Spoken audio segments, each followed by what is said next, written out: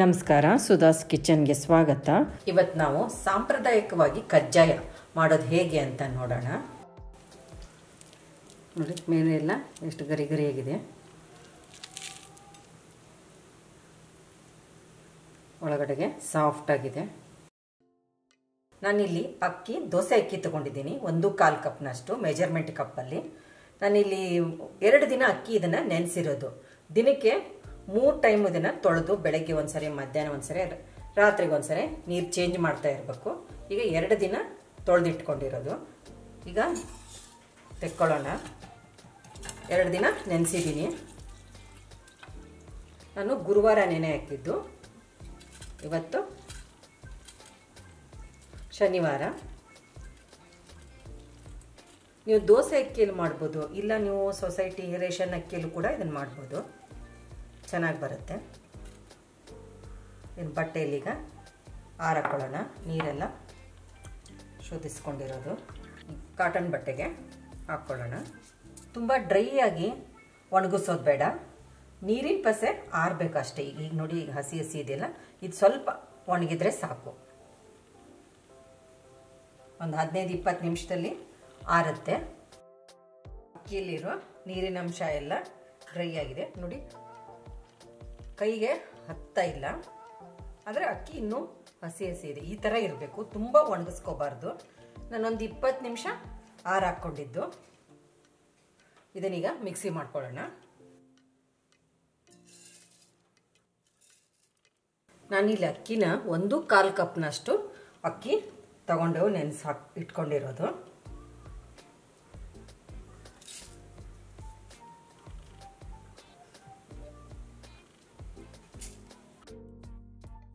ನುಣ್ಣಗೆ ಪುಡಿ ಮಾಡ್ಕೊಳ್ಳೋಣ.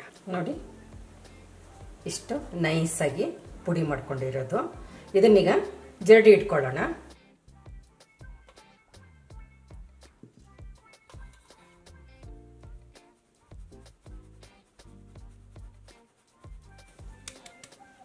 ನೋಡಿ, ಜರಡಿ ಇಟ್ಕೊಂಡಿರೋದು. ಹೀಗೆ ಇದನ್ನು ಒಂದ್ಸರಿ ಗಟ್ಟಿಯಾಗಿ ಒತ್ತಿ ಇಟ್ಬೇಕು.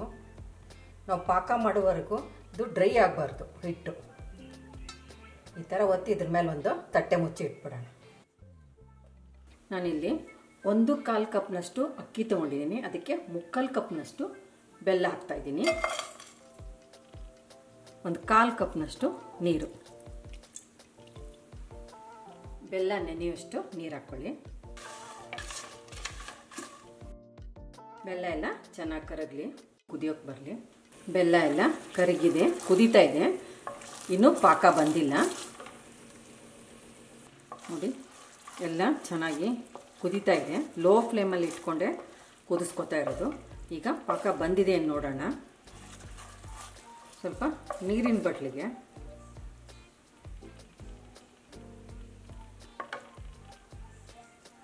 ನೋಡಿ, ಈ ಥರ ಒಟ್ಟಿಗೆ ಮಾಡಿದರೆ ಒಂದು ಕಡೆಗೆ ಉಂಡೆ ಥರ ಬರಬೇಕು.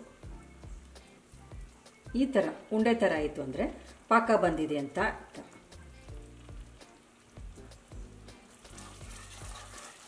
ಲೋ ಫ್ಲೇಮ್ ಇಟ್ಕೊಂಡು ಈಗ ಹಿಟ್ಟು ಹಾಕ್ತಾ ಹೋಗೋಣ.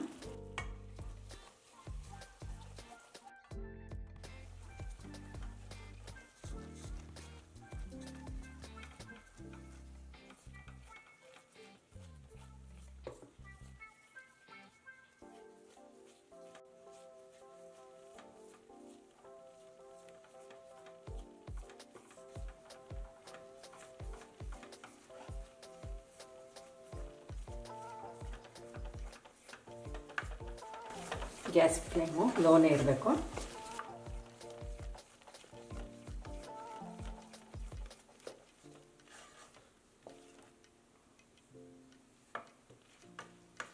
ನೋಡಿ, ನಾನು ಸ್ವಲ್ಪ ಹಿಟ್ಟು ಹಾಕ್ಕೊಂಡು ಕಲಿಸ್ಕೊಳ್ತಾ ಇರೋದು. ಎಲ್ಲ ಹಿಟ್ಟು ಹಾಕ್ಕೊಂಡಿರೋದು. ಇನ್ನೇನು ತುಂಬ ಹೊತ್ತು ಬೇಯಿಸ್ಬೇಕಂತಲ್ಲ, ಒಣ ಹಿಟ್ಟು ಬೆಲ್ಲ ಪಾಕ ಎಲ್ಲ ಒಂದೇ ಕಡೆಗೆ ಮಿಕ್ಸ್ ಆಗಬೇಕು. ಗಂಟಿಲ್ದಂಗೆ ಹೀಗೆ ಎಲ್ಲ ಮಿಕ್ಸ್ ಮಾಡ್ಕೋಬೇಕು. ಈಗ ಏಲಕ್ಕಿ ಪುಡಿ ಹಾಕ್ಕೊಳ್ಳೋಣ. ಒಂದು ಸ್ಪೂನಷ್ಟು ತುಪ್ಪ ಹಾಕೊಳ್ಳೋಣ. ಈ ಥರ ಪಾಕದಲ್ಲಿ ಒಂದಿನ ಬಿಟ್ಟರೆ ಚೆನ್ನಾಗಿ ಬರ್ತವೆ ಕಜ್ಜಾಯ. ಇದನ್ನು ಬೇರೆ ಪಾತ್ರೆಗೆ ತೆಕ್ಕೊಳ್ಳೋಣ.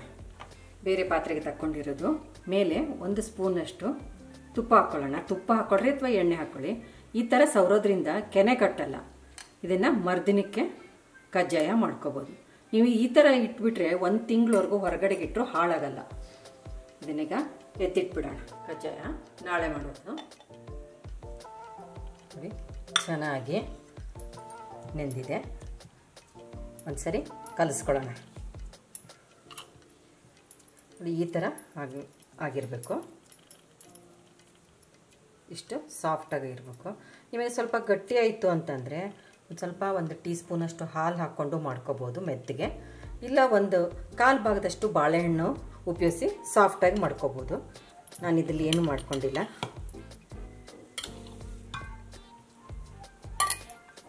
ಸ್ವಲ್ಪ ಚೆನ್ನಾಗಿ ನಾದ್ಕೊಂಡ್ಬಿಡೋಣ ಒಂದ್ಸರಿ. ಒಂದು ರಾತ್ರಿ ಪೂರ್ತಿ ಎಲ್ಲ ಇದನ್ನು ನೆನೆಯೋಕೆ ಬಿಟ್ಟಿತ್ತು. ಬೆಲ್ಲದ ಪಾಕ ಮಾಡ್ಕೊಂಡಿದ್ವಲ್ಲ ಅದರಲ್ಲೆಲ್ಲ ನೆನೆಯೋಕೆ ಬಿಟ್ಟಿತ್ತು. ನೀವು ಅರ್ಜೆಂಟಿಗೆ ಮಾಡ್ಕೋಬೇಕಂದ್ರೂ ಇದನ್ನು ನೀವು ಮಾಡಿದ ತಕ್ಷಣ ರೆಡಿ ಆದ ತಕ್ಷಣವೇ ಒಂದು ಸ್ವಲ್ಪ ತಣ್ಣಗಾಯ್ತಂದ್ರೂ ಮಾಡ್ಕೋಬೋದು.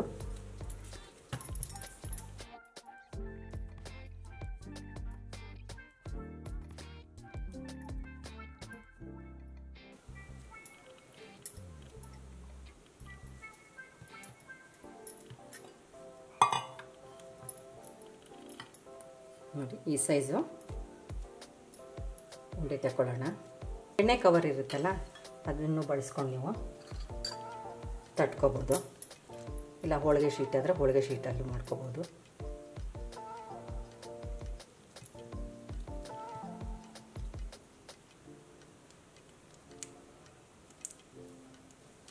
ಈ ಥರ ಇಷ್ಟು ದಪ್ಪ ಇರಬೇಕು. ಎಳ್ಳು 1-2 ಈ ಥರ ಹಚ್ಬೋದು, ಚೆನ್ನಾಗಿ ಕಾಣಿಸುತ್ತೆ. ಈ ಥರ ಕೈಯಲ್ಲಿ ಸ್ವಲ್ಪ ಹೀಗೆ ಮೆದು ಮಾಡಿಕೊಂಡು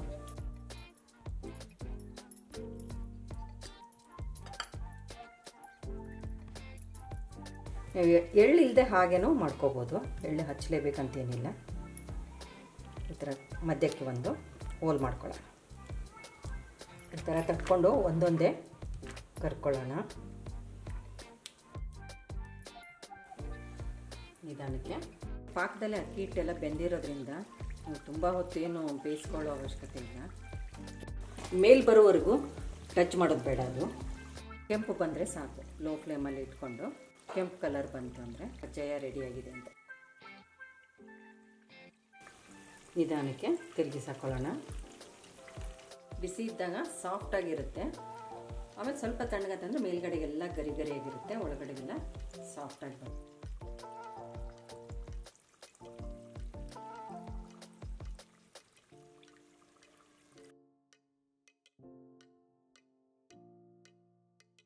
ಆಗಿದೆ, ಇದು ತೆಕ್ಕೊಳ್ಳೋಣ.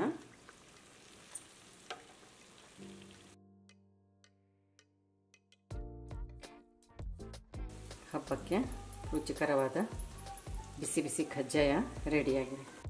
ನಮ್ಮ ಚಾನಲ್ಗೆ ಸಬ್ಸ್ಕ್ರೈಬ್ ಮಾಡಿ, ಬೆಲ್ ಐಕಾನ್ ಒತ್ತಿ ಹಾಗೂ ವಿಡಿಯೋಸ್ನ ಲೈಕ್, ಶೇರ್ ಮತ್ತು ಕಾಮೆಂಟ್ ಮಾಡಿ.